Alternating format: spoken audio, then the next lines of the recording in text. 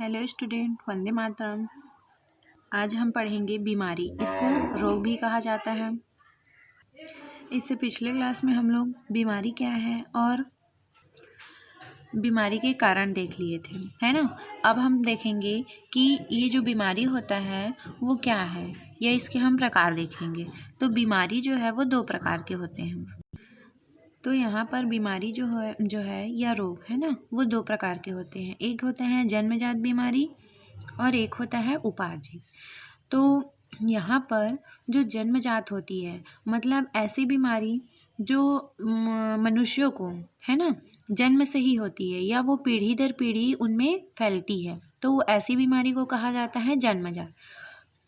उपार्जित बीमारी ऐसी बीमारी होती है जो मनुष्यों के जन्म लेने के बाद उनके, या तो वो बीमारी जो है वो वृद्धावस्था में भी हो सकती है या उनकी युवावस्था में भी हो सकती है ना। यानी कि ये जन्म लेने के बाद जो भी रोग होता है उस रोग को कहा जाता है उपार्जित।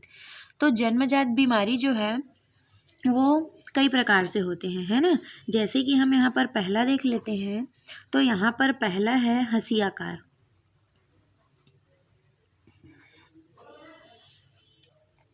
पहला जन्मजात बीमारी क्या है? हंसियाकार। इसको सिकल सेल कहा जाता है। इस बीमारी में क्या होता है कि ये जो बीमारी होती है वो माता पिता से उनकी संतानों में जाती है, यानी कि ये वंशागत होती है और बच्चों में जन्म लेते ही या जन्म से ही उनमें इस टाइप की बीमारी होती है। इसमें हंसियाकार या सिकल सेल बीमारी में मनुष्य का जो ब्लड रहता है वो स्टार्टिंग में तो गोल होते हैं, है ना। जो सामान्य होते हैं वो कैसे होते हैं? गोल। लेकिन यदि हंसियाकार होते हैं तो उनका जो ब्लड जो सेल रहता है वो गोल होने के बजाय किस टाइप से हो जाते हैं? इस टाइप से मुड़े हुए होते हैं। इसलिए इस बीमारी को हंसियाकार कहा जाता है। दूसरा जन्मजात बीमारी है हीमोफीलिया। कौन सी बीमारी है? हीमोफीलिया। हीमोफीलिया आप इससे पहले चैप्टर में आप देखे हैं कि ये क्या है, ब्रिटेन की महारानी विक्टोरिया को हुआ था और ये एक वंशागत बीमारी होती है। इसमें क्या होता है, इसमें ब्लड जो है ना, वो रुक नहीं पाता है, मतलब ब्लड क्लॉटिंग नहीं हो पाती है, जिससे मनुष्य का जो ब्लड है यदि उसको कहीं पर भी चोट वगैरह लगती है तो ब्लड उसमें थक्का नहीं बन पाता, जिससे उसके शरीर का पूरा ब्लड क्या हो जाता है? बाहर आ जाता है। तो हीमोफीलिया भी क्या होती है? वंशागत है, जन्मजात होती है। तीसरा है मधुमेह। मधुमेह जिसको ये जो बीमारी है वो जनरली अभी बहुत देखी जाती है ना, जिसको शुगर भी कहा जाता है। तो ये क्या होता है, इंसुलिन की कमी होने की वजह से मधुमेह बीमारी हो जाती है ना। तो ये भी क्या होती हैं? जन्मजात हो सकती हैं। अब हम देखेंगे कि उपार्जित जो रोग है वो कितने प्रकार के होते हैं। तो उपार्जित रोग जो है वो दो प्रकार से होते हैं। एक होता है संक्रमण या संक्रामक, है ना। उपार्जित रोग के अंतर्गत ये दो भागों में डिवाइड होते हैं। पहला संक्रामक और दूसरा होता है असंक्रामक। ठीक है। तो संक्रामक का मतलब होता है कि ऐसी बीमारी जो फैलती है ना, फैलने वाली। जैसे कि आपने देखा होगा, जैसे खांसी है, सर्दी है, तो ये सब क्या होती है? एक उपार्जित रोग है ये। और संक्रामक यानी कि एक व्यक्ति से यदि वो दूसरे व्यक्ति में वो बीमारी फैल रही है तो वो संक्रामक बीमारी कहलाती है। असंक्रामक में क्या होता है कि यह केवल जिस व्यक्ति को है उसी व्यक्ति को ही वह बीमारी होती है। तो ये फैलने वाली नहीं होती है। ठीक है। तो ऐसी बीमारी जो एक व्यक्ति से दूसरे व्यक्ति में संचरित हो जाती है वो संक्रामक कहलाती है। और ऐसी बीमारी या रोग जो एक व्यक्ति से दूसरे व्यक्ति में नहीं पहुंचते हैं उसको कहा जाता है असंक्रामक। अब हम देखेंगे कि संक्रामक में किस किस तरीके से रोग होता है और असंक्रामक में भी किस किस तरीके से रोग होता है। तो यदि हम संक्रामक रोग की बात करेंगे तो इसमें हम देख लेते हैं कि ये जो संक्रामक रोग है वो कई प्रकार के होते हैं, है ना। जैसे कि पहला होता है कि प्रोटोजोअन्स रोग। संक्रामक रोग के अंतर्गत प्रोटोजोअन रोग, मतलब ऐसा रोग जो प्रोटोजोआ के कारण से होता है। दूसरा हम देख लेते हैं, दूसरा है हेलमिंथस। हेलमिंथ भी बोल सकते हैं इसको, हेलमिंथ रोग, जो हेलमिंथिस की वजह से होता है। फिर अगला संक्रामक रोग है जीवाणु जनित। जीवाणु जनित, ऐसा रोग जो जीवाणुओं के कारण से होता है उसको क्या कहा जाता है, जीवाणु जनित कहा जाता है। उसी तरीके से विषाणु जनित भी होते हैं जो विषाणुओं की वजह से होता है, जैसे कि खसरा हो गया, चिकन पॉक्स हो गया, पोलियो हो गया, ये सब क्या है, विषाणु के द्वारा होने वाले रोग होते हैं। फिर है कवक जनित। तो ये सभी रोग क्या हैं, संक्रामक रोग होते हैं, है ना। इसी तरीके से हम असंक्रामक को देख लेते हैं, जो फैलने वाली बीमारी नहीं होती है। ठीक, तो इसके अंतर्गत आ जाएगा आपका पहला अल्पता रोग। अल्पता रोग, अल्पता रोग में क्या होता है कि किसी भी चीज़ की क्या हो जाती है, जीवों में कमी हो जाती है, जैसे ब्लड की ही कमी हो गई या उनमें पोषक पदार्थों की कमी हो जाती है, तो वो सभी रोग क्या कहलाते हैं, अल्पता रोग कहलाते हैं, है ना। फिर इसी के अंतर्गत हम दूसरा देख लेते हैं कैंसर। कैंसर भी क्या होती है, ये असंक्रामक है, जिस व्यक्ति को होती है केवल ये बीमारी उसी व्यक्ति में होगी, ये दूसरे व्यक्ति में फैलता नहीं है।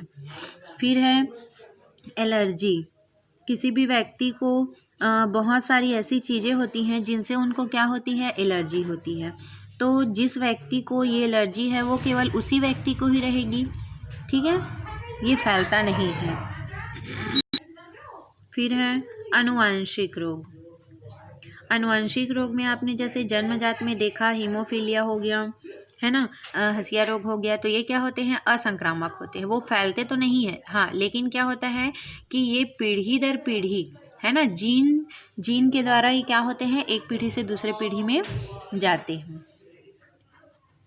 उसके बाद है यांत्रिक रोग। जैसे कि यांत्रिक रोग का मतलब है कि किसी व्यक्ति को दुर्घटना होने की वजह से यदि उनको उनके जैसे कि कुछ भी बीमारी उनको हो गई है ना, तो ये सभी क्या होती हैं, यांत्रिक रोग होती हैं, जो असंक्रामक के अंतर्गत आती है।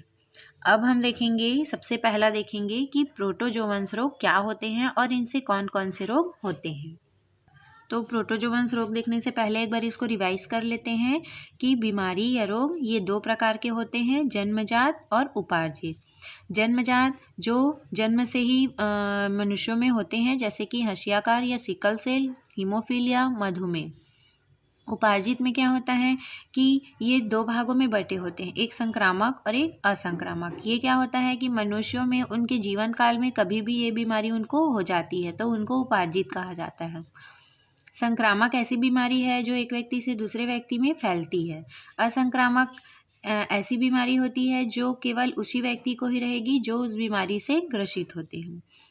इसके अंतर्गत बहुत सारी बीमारी आते हैं, जैसे प्रोटोजोवंस रोग जो प्रोटोजोआ के कारण से होते हैं, हेलमिंथस रोग, जीवाणु जनित रोग जीवाणुओं की वजह से होता है, विषाणु जनित रोग और कवक जनित रोग। उसके बाद असंक्रामक के अंतर्गत अल्पता रोग, है ना, जो कि पोषक पदार्थों की कमी, संतुलित भोजन न करने के कारण से ब्लड या कमी, ये सब जितने भी बीमारियां हैं उनको अल्पता रोग कहा जाता है। कैंसर, एलर्जी, आनुवांशिकी और यांत्रिक रोग, तो ये सभी क्या है, असंक्रामक बीमारी के अंतर्गत आते हैं। अब हम पहला यहाँ पर देखेंगे प्रोटोजोवंस रोग। तो हम यहाँ पर सबसे पहला देखेंगे प्रोटोजोआ रोग। तो प्रोटोजोआ रोग क्या होता है, ऐसा रोग जो किससे होता है, प्रोटोजोआ से होते हैं। प्रोटोजोआ से होने वाले रोग। तो प्रोटोजोआ से होने वाले रोगों को हम यहाँ पर देखेंगे। तो इसमें सबसे पहला रोग होता है जो प्रोटोजोआ की वजह से होता है, वह है मलेरिया। कौन सा रोग है ये, मलेरिया। और मैंने मलेरिया को इसके पहले वीडियो में बताया भी था कि ये किसके कारण से होता है और इसके वाहक कौन होते हैं करके, है ना। तो प्रोटोजोआ से होने वाली पहली बीमारी क्या हम पढ़ेंगे, मलेरिया। तो मलेरिया का हम यहाँ पर यदि देखेंगे तो इसका सबसे पहले हम यदि प्रोटोजोआ देखेंगे, है ना, कि ये कौन से प्रोटोजोआ के कारण से होता है, तो उस प्रोटोजोआ का नाम है प्लाज्मोडियम। क्या नाम है, प्लाज्मोडियम। ठीक है, प्लाज्मोडियम प्रोटोजोआ की वजह से मलेरिया रोग होता है। अब इसका वाहक कौन होता है, कौन इसको एक व्यक्ति से दूसरे व्यक्ति में पहुंचाता है, तो ये भी हमने पढ़ा था, मादा एनाफिलिस मच्छर, है ना। क्या पढ़ा था हमने, मादा एनाफिलिस मच्छर है जो क्या करता है, प्लाज्मोडियम प्रोटोजोआ को अपने शरीर में मतलब उपस्थित रखता है, और जिस भी व्यक्ति को यदि वो काट देता है तो उसको मलेरिया रोग हो जाता है। अब हम देखेंगे कि मलेरिया रोग से कौन सा अंग प्रभावित होता है। तो हम यहाँ पर देखेंगे प्रभावित अंग, कि मलेरिया रोग से कौन सा अंग प्रभावित होता है। तो इसका जो प्रभाव पड़ता है वो स्प्लीन को पड़ता है। किसको पड़ता है, स्प्लीन को, जिसको प्लीहा कहा जाता है। ठीक है, प्लीहा जो है उसको क्या कहा जाता है, ब्लड बैंक कहा जाता है। ठीक है, तो ये जो है प्लीहा, वो मलेरिया रोग के कारण से प्लीहा में ही प्रभाव पड़ता है। अब हम देख लेते हैं कि इसके लक्षण क्या क्या होते हैं। जिस भी व्यक्ति को यदि मलेरिया हो जाती है तो उसके क्या क्या लक्षण होते हैं। तो यहाँ पर हम देखेंगे कि सबसे पहला लक्षण क्या होता है, रोगी को, है ना, जो भी मलेरिया रोग से ग्रसित हैं वो क्या हो जाते हैं, रोगी को तेज बुखार आती है। आप सभी को पता है कि जब मलेरिया रोग होता है तो रोगी को क्या होती है, बहुत अधिक तेज बुखार आती है ना। ये इसका जो सेल्सियस होता है या फ़ारेनहाइट में यदि बात करेंगे तो 105 से 104 फ़ारेनहाइट तक बुखार आता है। ठीक है, दूसरा लक्षण हम देख लेते हैं कि रोगी को प्यास अधिक लगती है। क्या लगती है, रोगी को, तो मलेरिया रोग से जो ग्रसित व्यक्ति है उसको प्यास बहुत अधिक लगती है। ठीक है, और क्या होता है, चेहरा लाल हो जाता है, ये भी एक लक्षण होता है। अगला लक्षण हम लिख सकते हैं कि मलेरिया रोग से ग्रसित व्यक्ति के शरीर में क्या होती है, बहुत अधिक दर्द होती है, क्योंकि आपने देखा होगा नॉर्मली बुखार में भी शरीर में बहुत अधिक दर्द होता है ना। और मलेरिया रोग में क्या होता है कि बहुत अधिक तेज बुखार आ जाती है, जिससे शरीर में दर्द होता है और शरीर में अकड़न भी होने लगती है। ठीक है, फिर है कि जो आरबीसी होता है हमारा, लाल रक्त कणिकाएँ होती हैं, वो क्या होने लगती हैं, खत्म होने लगती हैं, उनकी कोशिकाएं बनना बंद कर देती हैं, क्योंकि जो प्लाज्मोडियम प्रोटोजोआ है वो क्या करती है, ब्लड में ही अपना असर दिखाती है, और क्या करते हैं वो आरबीसी जो सेल बनते हैं उसको रोक देते हैं। तो आरबीसी क्या हो जाती है, ख़त्म हो जाती है। और इसके अलावा जो लीवर है और स्प्लीन है, प्लीहा, वो क्या हो जाते हैं, प्लीहा में सूजन आ जाता है, क्योंकि जो प्लाज्मोडियम प्रोटोजोआ है वो इसी अंग को प्रभावित करते हैं, जिसकी वजह से उनमें क्या हो जाती है, सूजन आ जाती है। तो ये सभी लक्षण हैं मलेरिया रोग की। अब हम देखेंगे कि जो प्रोटोजोआ है, जो प्लाज्मोडियम प्रोटोजोआ होता है, अब हम उसका लाइफ साइकिल देखेंगे कि वो किस तरीके से मनुष्यों से मॉस्किटो या मच्छर में जाते हैं और किस तरीके से वो मलेरिया रोग फैलाते हैं। अब हम देखेंगे प्लाज्मोडियम का लाइफ साइकिल। तो प्लाज्मोडियम का लाइफ साइकिल जो है वो 2 होस्ट में कंप्लीट होता है। एक तो होता है मॉस्किटो के शरीर में और दूसरा होता है ह्यूमन के शरीर में, है ना, यानी कि मच्छर में और मनुष्यों में। तो 2 होस्ट होते हैं जहाँ पर उनका लाइफ साइकिल कंप्लीट होता है। तो यहाँ पर वो 3 फेजेस में उनकी लाइफ साइकिल जो है वो कंप्लीट होती है। तो सबसे पहला फेज़ है यहाँ पर स्पोरोगोनी, ये जो है वो मच्छर के शरीर में होता है। ये फेज़ जो है वो कहाँ होता है, मच्छर के शरीर में होता है। उसके बाद है गैमेटोजेनेसिस, यानी कि गैमेट्स का निर्माण होता है। तो गैमेट्स का निर्माण भी मच्छर के शरीर में होता है, लेकिन अमाशय भाग में होता है। उसके बाद है साइजोगोनी। तो साइजोगोनी जो फेस होता है वो मनुष्य के आरबीसी में होता है। तो इस तरीके से 2 होस्ट होते हैं, मच्छर और मनुष्य। तो यहाँ पर जो डायग्राम बना हुआ है ये है प्लाज्मोडियम का लाइफ साइकिल। ठीक है, तो यहाँ पर हम देखेंगे कि मैंने यहाँ पर 2 भाग में बांटा हुआ है, एक ऊपर का अलग भाग है और नीचे अलग भाग है। तो ये जो नीचे वाला भाग है वो मनुष्य का लीवर है और ऊपर जो है वो मॉस्किटो का है। तो यहाँ ऊपर जो भाग है वो मॉस्किटो के शरीर में होता है और नीचे जो है वो मनुष्य के शरीर में। तो यहाँ पर हम देखते हैं कि जब कोई मच्छर जो है वो क्या करता है, किसी भी मनुष्य को जब बाइट करता है या काटता है, और कौन सा मच्छर, मादा एनाफिलीज मच्छर, है ना। तो मच्छर के जो सलाइवरी ग्लैंड होता है, जो उनके लार होते हैं, उनमें ये जो प्लाज्मोडियम प्रोटोजोआ है वो क्या होते हैं, मैच्योर होने के बाद वो उपस्थित होते हैं, है ना। तो ये क्या है, मैच्योर है, ठीक है, मैच्योर प्लाज्मोडियम होते हैं ये। तो ये मैच्योर प्लाज्मोडियम जब किसी भी मतलब मनुष्य को जब कोई मच्छर काटता है, तो ये जो प्लाज्मोडियम है, इसके स्पोरोजोइट्स होते हैं, है ना, वो क्या हो जाते हैं, मनुष्य के कोशिकाओं में, सबसे पहले कहाँ होंगे, वो कोशिकाओं में प्रवेश करेंगे। कोशिकाओं में जब वो प्रवेश करते हैं, उसके बाद वो उन कोशिकाओं में एक पैरासाइट के रूप में उपस्थित होते हैं, यानी कि परजीवी के रूप में वो प्रेजेंट रहते हैं। उसके बाद क्या होता है कि जब वो परजीवी के रूप में उपस्थित होंगे, फिर धीरे धीरे वो क्या करेंगे, मनुष्य के शरीर में विकसित होने लगते हैं, और फिर उसके बाद वो उनके क्या करते हैं, आरबीसी, ये जो आपको गोला दिखाई दे रहा है, ये क्या है, रक्त कोशिका है। तो आरबीसी में ये प्रवेश करते हैं, और प्रवेश करने के पश्चात क्या होता है, इनमें जैसे ही ये आरबीसी में प्रवेश करते हैं, उसके बाद ये मतलब जैसे कि ये प्लाज्मोडियम है, वो आरबीसी कोशिकाओं में प्रवेश करते हैं और एक रिंग लाइक स्ट्रक्चर बनाने लगते हैं। मतलब ये अपना डेवलपमेंट करने लगते हैं, है ना। और जो आरबीसी की कोशिकाएं हैं वो धीरे धीरे क्या होने लगती हैं, नष्ट होने लगती हैं। तो सबसे पहले ये जब आरबीसी में घुसते हैं या प्रवेश करते हैं, तो एक रिंग लाइक स्ट्रक्चर बनने लगते हैं, ठीक है। और ये कहाँ हो रहा है, लीवर में, है ना। कोशिकाओं में प्रवेश करने के बाद जब वो लीवर में पहुंच जाते हैं, लीवर में पहुंचने के बाद ये आरबीसी की कोशिकाओं में पहुंचते हैं। पहुंचने के बाद सबसे पहले वो एक रिंग लाइक स्ट्रक्चर बनाने लगते हैं, फिर वो अपनी कोशिकाओं में विकसित होने लगते हैं, ठीक है। ये आपको इस चित्र से स्पष्ट हो रहा होगा कि जब वो आरबीसी में प्रवेश करते हैं, तो ये अपनी संख्याओं को क्या करने के लिए, बढ़ाने के लिए अपना कोशिका विभाजन करते हैं।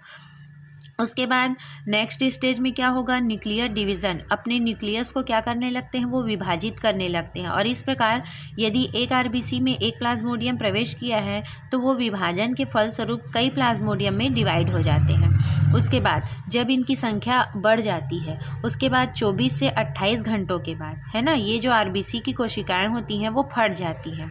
फटने के पश्चात क्या होता है कि ये जो मलेरिया रोगाणु होते हैं वो क्या हो जाते हैं, पूरे ब्लड में फैल जाते हैं। फैलने के पश्चात ये क्या करते हैं, अलैंगिक प्रजनन करते हैं, और अलैंगिक प्रजनन के फलस्वरूप ये अपनी संख्याओं को बढ़ा लेते हैं, और मेल गैमेट्स और फीमेल गैमेट्स का निर्माण होने लगता है। उसके बाद जब ये क्या होते हैं, आरबीसी जो कोशिकाएं होती हैं वो फटने के पश्चात जब ये प्लाज्मोडियम पूरे ब्लड में फैल जाता है, तब मनुष्य क्या हो जाता है, मलेरिया रोग से ग्रसित हो जाता है। और उनमें पूरे मलेरिया रोग के जो लक्षण होते हैं, तेज बुखार आना, शरीर में दर्द, ये सब होने लगता है। क्योंकि जो प्लाज्मोडियम है वो अपनी संख्याओं में क्या करने लगे हैं, वृद्धि करने लगे हैं, उनमें अलैंगिक प्रजनन होने लगा है, जिससे मेल गैमेट्स फीमेल गैमेट्स का निर्माण होने लगता है। अब ये जो मनुष्य है वो मलेरिया रोग से ग्रसित हो चुका है, उसके ब्लड में पूरा प्लाज्मोडियम फैल चुका है। अब इस अवस्था में जब कोई मॉस्क्यूटो क्या करता है, मनुष्य को बाइट करता है ना, तो बाइट करने के पश्चात जब वो मनुष्य के रक्त को क्या करता है, शक करता है, क्योंकि मच्छर क्या करते हैं, मनुष्य का खून को क्या करते हैं, शक करते हैं।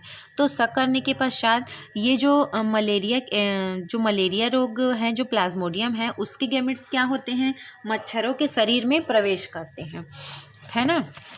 तो मच्छरों के शरीर में जब ये प्रवेश करते हैं, तो उनमें क्या होता है, जो मेल गैमेट्स और फीमेल गैमेट्स हैं, वो जब मच्छरों के शरीर में, मनुष्य के शरीर से जब वो प्लाज्मोडियम मच्छरों के शरीर में यहाँ पर प्रवेश किया, कैसे प्रवेश किया, जब मादा एनाफिलीज मच्छर फिर से कोई ग्रसित मलेरिया व्यक्ति को जब काटता है, तो रक्त के साथ ये जो प्लाज्मोडियम है वो मच्छर के शरीर में पहुंच जाते हैं। यहाँ पहुंचने के बाद वो कौन सा प्रजनन करते हैं, लैंगिक प्रजनन करते हैं। तो आपको यहाँ पर ध्यान रखना है कि मनुष्यों के शरीर में प्लाज्मोडियम अलैंगिक प्रजनन करते हैं, और मच्छरों के शरीर में वो लैंगिक प्रजनन करते हैं। तो लैंगिक प्रजनन करने के पश्चात उनमें क्या होता है, फर्टिलाइजेशन की क्रिया होगी मेल और फीमेल में। तो फर्टिलाइजेशन की जब क्रिया होती है तो क्या बनता है, फर्टिलाइज्ड एग या oocyte बनते हैं, है ना। अब oocyte बनने के साथ क्या होता है, वो धीरे धीरे डेवलपमेंट करने लगते हैं, है ना। उसके पश्चात डेवलपमेंट करने के पश्चात वो पूरी तरीक़ा से, जब ये जो प्लाज्मोडियम है वो पूरी तरीक़ा से मैच्योर हो जाते हैं, उसके बाद ये फिर से मच्छरों के सलाइवरी ग्लैंड में आकर उपस्थित होते हैं और फिर जब यही मच्छर किसी स्वस्थ मनुष्य को काटता है तो फिर से ये प्लाज्मोडियम उनके शरीर पर पहुंच जाता है और फिर से उनको इसी प्रोसेस के साथ धीरे धीरे वो क्या करता है, उसको मलेरिया रोग से ग्रसित कर देता है। और फिर से जब कोई मलेरिया रोग से ग्रसित व्यक्ति को कोई मच्छर काटता है, मादा एनाफिलीज, तो फिर से वो उसके शरीर में पहुंचकर लैंगिक प्रजनन करने के दौरान फिर से वो मैच्योर हो जाते हैं। तो इस तरीके से ये साइकिल जो है वो मनुष्य और मच्छरों के बीच में चलते रहता है।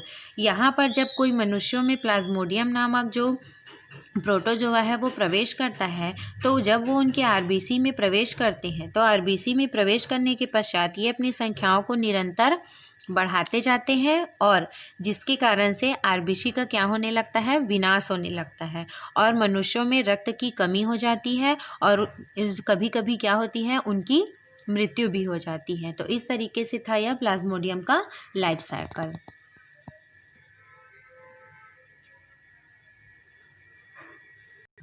अब हम ये देखेंगे कि प्लाज्मोडियम जो प्रोटोजोआ है, जब वो मलेरिया रोग, किसी भी जीवों को मलेरिया रोग फैलाते हैं तो उसका कुछ उपचार भी होता है। तो उसके अब हम देखेंगे उपचार क्या क्या होते हैं। तो सबसे पहला उपचार होगा कि हमको जो मलेरिया रोग फैलाता है उस मच्छर को ही नष्ट करना होगा। तो यहाँ पर क्या करेंगे, मच्छर जो है वो गड्ढों में ही भरे होते हैं। तो वो क्या करते हैं, गड्ढों में जो पानी भरे होते हैं उन्हीं में वो क्या करते हैं, अपने एग को देते हैं, है ना। इसीलिए गड्ढों में भरे पानी को, है ना, निकाल कर क्या कर देना चाहिए, उस पर मिट्टी डाल देना चाहिए। निकाल कर उस पर मिट्टी भर देना चाहिए। क्यों ऐसा करना चाहिए, क्योंकि जो मच्छर होते हैं वो पुराने जो पानी होते हैं, है ना, दूषित पानी, वहीं पर वो क्या करते हैं, अपने एग को देते हैं, जिससे वहाँ पर मच्छरों की संख्या बढ़ जाती है और वो धीरे धीरे फिर क्या करते हैं, वहाँ पर बीमारी फैलाते हैं। इसी कारण से गड्ढों को भर देना चाहिए। दूसरा उपचार हम कर सकते हैं कि जो DDT होता है ना, DDT, इसका क्या करना चाहिए, छिड़काव करना चाहिए। जहाँ पर मच्छरों की मात्रा अधिक होती है वहाँ पर DDT का छिड़काव करना चाहिए। फिर है मच्छरदानी का भी उपयोग करना चाहिए, है ना। क्या करना चाहिए, मच्छरदानी का उपयोग करना चाहिए, जिससे क्या होता है कि जो मच्छर है वो मनुष्यों तक नहीं पहुंच पाते। फिर नेक्स्ट है कि घरों की साफ सफाई भी करनी चाहिए समय समय पर। तो इस तरीके से हम क्या कर सकते हैं, मलेरिया रोग का उपचार कर सकते हैं, जिससे मलेरिया रोग किसी भी व्यक्ति को ना हो। तो ये है मलेरिया रोग, और मलेरिया रोग के प्रोटोजोआ का नाम है प्लाज्मोडियम।